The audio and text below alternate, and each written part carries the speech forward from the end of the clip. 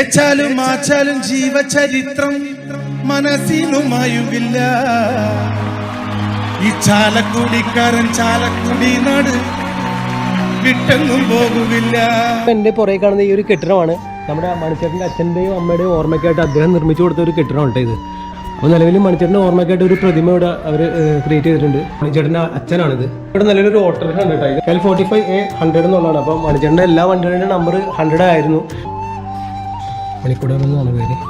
ഇപ്പം നിലവിലിവിടെ ആരും താമസിക്കുന്നില്ല കേട്ടോ. ആരും തന്നെ കാണുന്നില്ല. ഇവിടെയാണ്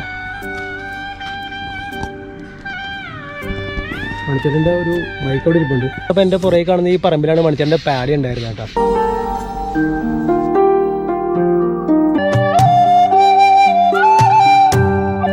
അതപ്പോൾ നമ്മൾ ഈ പാഡിക്കൂടെയൊക്കെ നടക്കുമ്പോൾ ശരിക്കും ഒരു മണിച്ചേട്ടൻ നമ്മളുടെ അടുത്തുള്ള ഒരു ഫീൽ ശരിക്കും ഫീൽ ചെയ്യുന്നുണ്ട്.